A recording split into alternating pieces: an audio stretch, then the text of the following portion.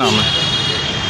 जी, मेरा नाम अजदार हुसैन है। मैं भारतीय जनता पार्टी में जिला अध्यक्ष हूँ। क्या मामला है? कल से सोशल मीडिया पे खबर चल रही है। हाँ, मामला ये था कि कल 8 तारीख को मेरे पिताजी के नाम से एक मुकदमा था सिटी मजिस्ट्रेट के यहाँ, उप जिलाधिकारी के यहाँ। मगर वहाँ पे जब हम पैरवी करने के लिए गए, न्यायालय में मुकदमा पुकारा गया, हम लोग गए वहाँ पे, तो ये लोग कह रहे थे कि सर एक फाइल रोक लीजिए, एक फाइल को आदेश में डाल दीजिए।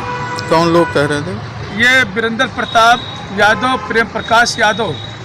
तो हमने कहा सर अभी 2 माह पहले ये फाइल आदेश में गई थी, मगर ये लोग फाइल को वापस करा लिए, इसलिए कि लंबित करना है इनको खाली उलझा के रखना है।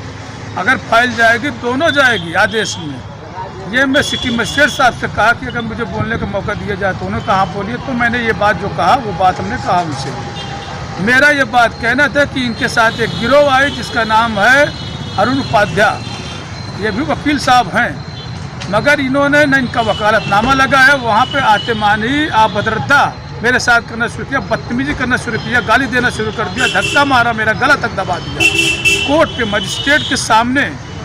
ये न्यायालय का प्रकरण नहीं होना चाहिए, न्यायालय का मामला ये हर आदमी अपने स्तर की बात कह सकता है, इसीलिए तो अदालत लगते हैं, इसीलिए तो हमारे मजिस्ट्रेट बैठते हैं। आप सत्ता में हैं और इस तरह से आपके साथ में दुर्व्यवहार किया जा रहा है, तो आम जनता क्या क्या हाल होगा? मैं इसीलिए तो आया हूँ, बाकी मेरा कोई उनसे रंजिश नहीं है। देखिए, वकील रक्षक होते हैं, वकील अगर जो हम नहीं कह पाते वो हमारी बात कहते हैं।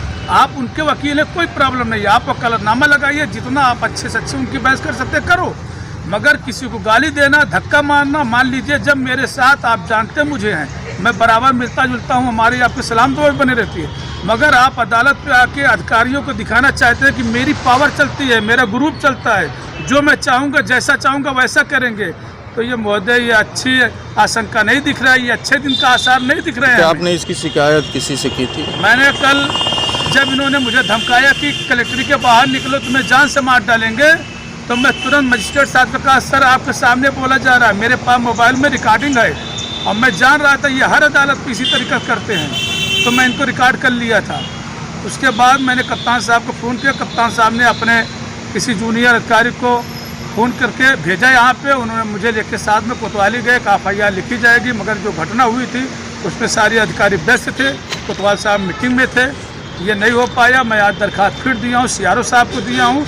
ये न्यायालय में सुधार होना चाहिए। मान लीजिए मैं तो एक तो लोगों के बीच में रहता हूँ, मगर जो पीड़ित होते हैं, जो गरीब तबके के लोग आते हैं, मुझे ये एहसास हो रहा है कि उनके साथ ये लोग क्या करते होंगे।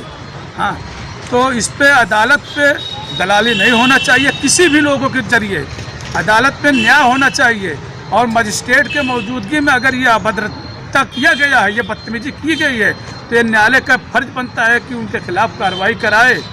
ये मेरा आदेश है। क्या ये मेरा अगर आपके ऊपर फिर दोबारा हमला होता है तो आप लोग क्या करें? फिर वो देखा जाएगा, प्रशासन हमारे कहाँ तक मदद कर सकती है, हम लोगों की आवाज़ कहाँ तक उठा सकते हैं। देखिए, वकील बहुत से हैं, इसी कलेक्ट्री में रंजीत सिंह है, कितना खूबसूरत बातें करते हैं। आप अपनी बात कहिए, आप जीतिए हारिए वो अलग विषय होता है। हाँ, क्या नाम, कदीर बाबू है, ये भी अच्छे हैं। और आज किससे शिकायत की? आज तो मैं आए थे जिलाधिकारी साहब के पास, मगर वो कोर्ट पे बैठ चुके हैं। CRO साहब से मैंने ये कंप्लेन दिया है लिखा पढ़ी में कि मुझे आने जाने की ये दिया जाए, और इनका ये चैलेंज है कि मैं तुम्हें कलेक्ट्री में आने नहीं दूंगा, मैं जान से मार दूंगा।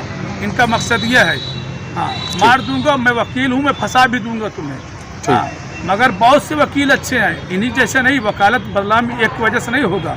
सारे वकील जानते हैं, सब अच्छे हैं, सबका मैं सम्मान करता हूँ। इनको भी लड़ना है तो ये अपनी बात वकालतनामा लगा करके अपनी बात कहें, मगर ये जो हरकत कर रहे हैं, ये हरकत उनके लिए अच्छी नहीं है। ठीक है।